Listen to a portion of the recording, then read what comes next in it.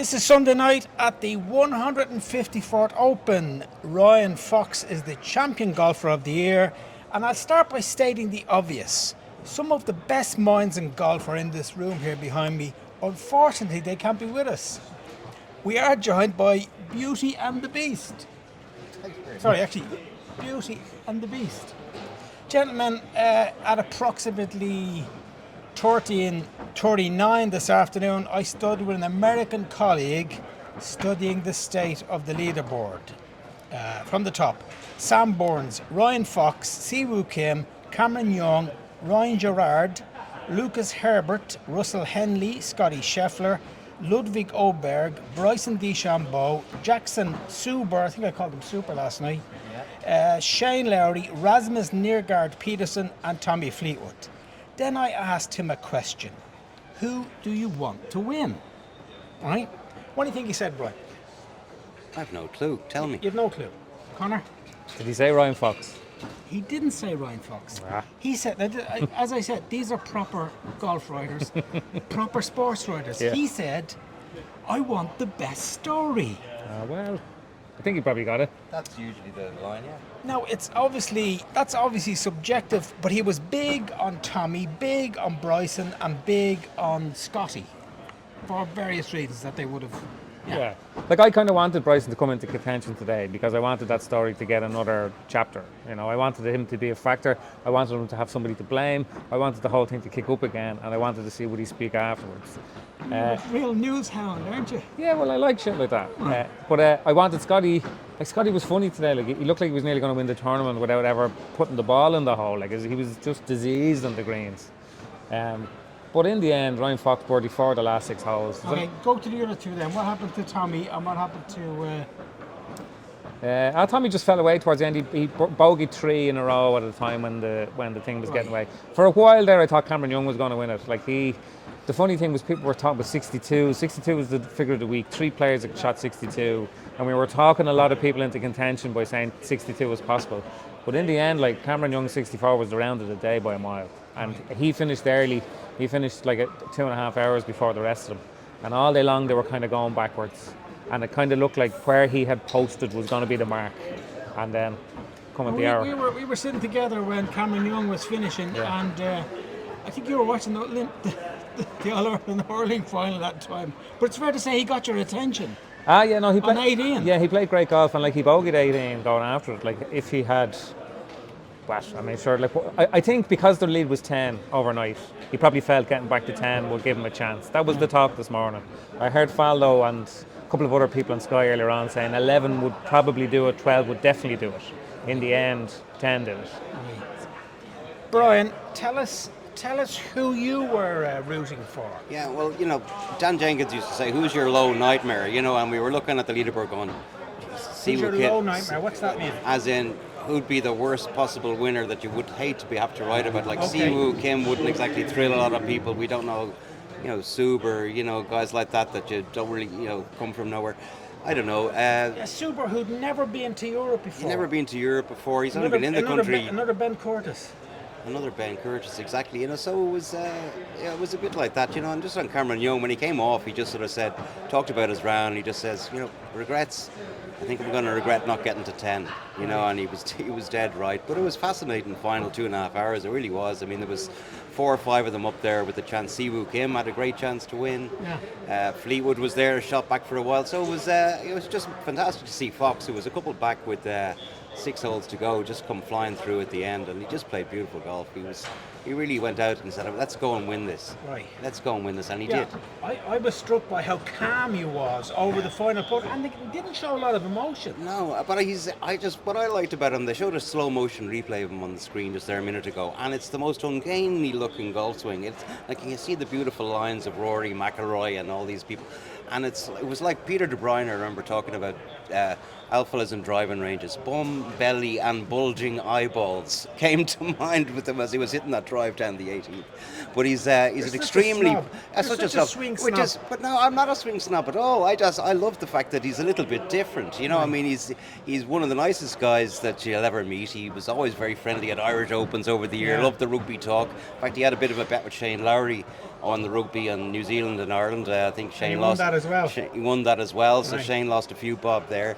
20 wins around the world. I mean, some of them are in Fiji and some of the lesser events down in that part of the world. But he won 2 PGA Tour events. Right. Last year he won the Canadian Open and he won Yes. another one. So he stepped up in class a little bit. Okay. And it's a golf tournament at the end of the day. Connor, we had this conversation last night before we went home, and you were rooting for Fox. You wanted Fox to do it. Yeah, I do. I like Brian Fox. Why? I like the way he plays golf. He's not. You don't have a problem with his swing. No, I love the way he swings the golf club because he just stands up and hits it. So here's a number for you, right? From the time that Sam Burns picked his ball out of the hole to Ryan Fox putting his ball in the hole, 22 seconds. 22 seconds. There's golfers out there that wouldn't even look at the line of the putt. Where did you get that from? One of the other lads tweeted it. Oh, okay.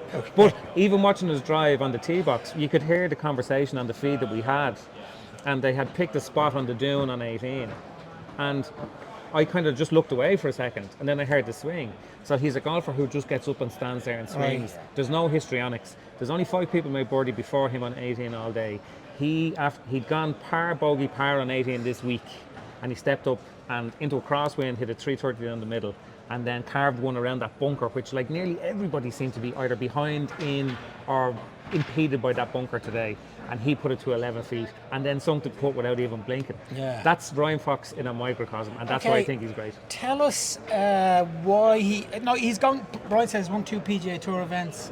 He won a Wentworth. I know he won a Wentworth a couple of years ago. Why? How close has he come in the majors? Yeah, 16th in 2019. That's his close. That's his best major finish. That's his best major finish. Now this is the bit. Like normally when that's the case, these fellas get close and they back off. Yeah.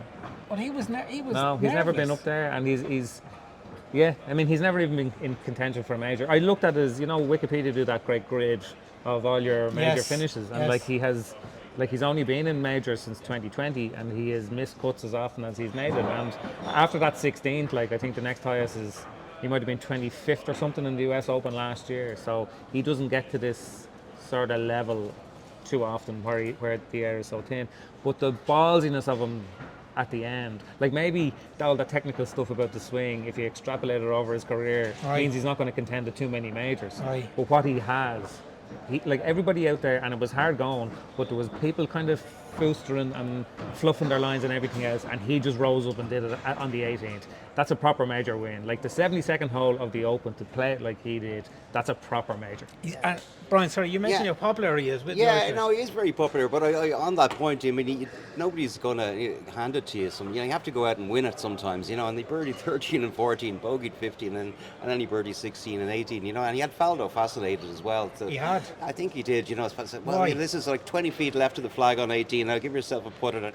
Hit it dead straight at the flag, I mean, it was just no mess. Let's go for this, Right. It was great to see a guy just standing up and saying, no, I'm not going to get this. I mean, how many more chances am I going to get to win the Open?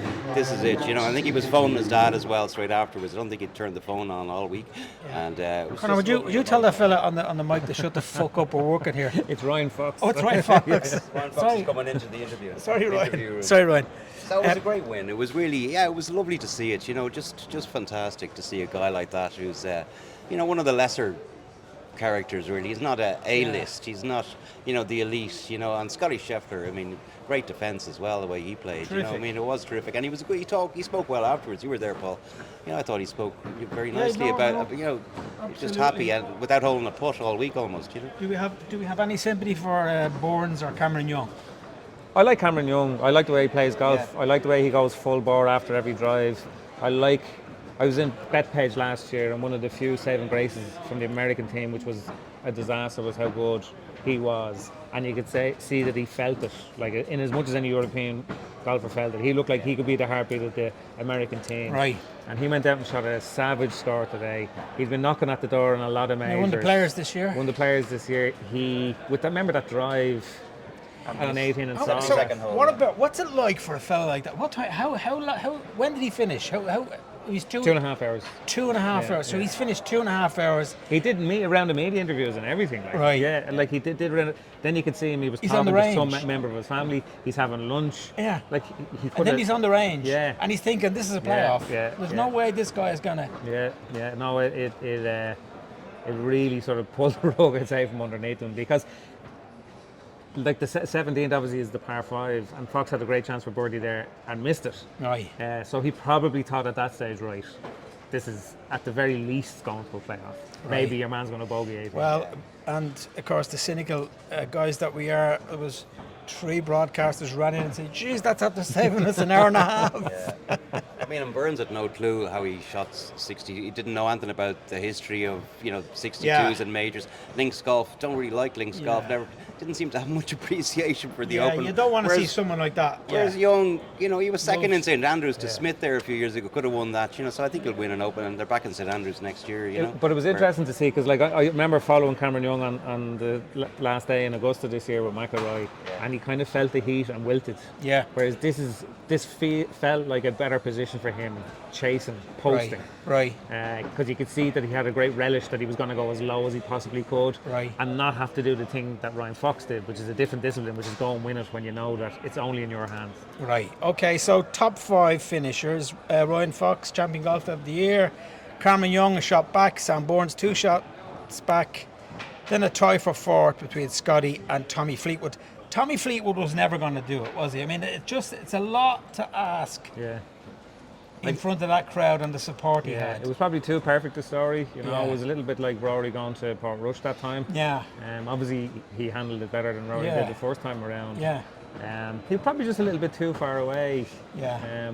Like he was really, you could say, a bit like remember Shane saying after Thursday, like wanting it too much. I think there was a touch of that about Fleetwood, but still a damn good performance. Great performance, because between being such a likeable person and not having won a major when a lot of people would feel he has the ability to win it, and this being his home course. Sure. It had all the elements of the perfect story, but that's not what golf does for you. Now, Brian, a disappointing day for Shane, and Rory never got out neutral. Yeah, I watched Shane.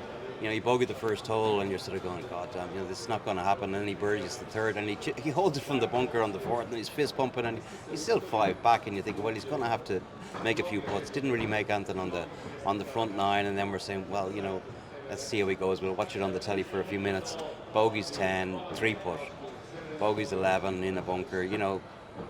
Then 2 more shots go, and it's kind of that. He was playing with John Ram as well. He hit it out of bounds on the first hole for the first. So neither of them were obviously in the mood for any media conversations and chats afterwards. So bit of a disappointing. He needed a sensational final round. Let's face it. I mean, he needed to do what Cameron Young did. Birdie 4 of the first 6 holes or something like that, and shoot 63. He was starting on 4 under, wasn't he? So he needed to shoot 64. And you were there prodding Rory, trying to get him to take out Rory, the flamethrower again, and Bryson. And Rory, well, I was just, obviously Bryson's a big pal of the President Trump, who owns Doombeg, where the Irish Open is on in September. I was just saying, would you like Bryson to come and play in Doombeg? What did he say? Your pal Bryson, who you don't like, and he said, well, it'd be great for the event. Which it would be. Of course it would. It'd be great, So let's see what happens there, But no, nothing happened for Rory. Didn't hold a putt really. Iron play wasn't great. Drove the eyes out of it, but didn't do anything over the weekend. And what was it? Level par weekend. Okay, final take on the tournament, Conor. How did it measure up? I think. How many stars from 5, 1 to 5? I think the last day was like, as a Sunday of a major, it was as good nearly as it gets. But I think the sort of preamble to it was very hard to get a feel for it for the longest time. I know I made this point yesterday, but it's such a weird thing that, like, Chef Romain kind of intimated at this, and Rory said it about the greens. The players seem to have some sort of reservations about maybe the way the course plays. I heard Ram absolutely spewing about the greens when he came off. Spewing. I think that's been Absolutely largely the unsaid thing here. Yeah. Because there's weird forces at play when people are saying that it's hard, but 3 fellas shot 62. Yeah. So I don't know that it kind of played as pure of a major up until the end. But like what we had the last 2 hours was brilliant. Like it was magnificent chaos, which is what you want. Yeah, I mean, you had the 262s on the Thursday, Friday. Sorry, how many stars? I'd give it a solid 3. Solid 3. No, I'll go 4. I mean, You're going to try and get another t-shirt with the out of it. 262s. The 262s on Thursday were fantastic. Friday was just unbelievable from beginning to end. I mean, let's face it was fantastic golf. And then Bryson did what he did at the end. Entertainment. Saturday was a bit flat, I thought. Nothing much really happened yesterday. And today, the drama over the last couple of hours, I thought was great to watch. Okay. Some great golf. Yeah, it will be, like I have to say this, like it will be remembered as much for sort of Bryson's histrionics on Friday as much as Ryan Fox's win. That's undeniable.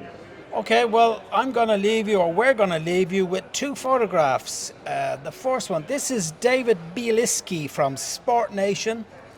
He's the only New Zealander in the room, and I watched him run in from the 18th green actually shaking. He was absolutely overjoyed. And the last picture is, I mean, we came in here at the start of the week with a discussion on whether the Open is better than the Masters, and we're still arguing out that, but I think we're all agreed on this: these are the greatest fans.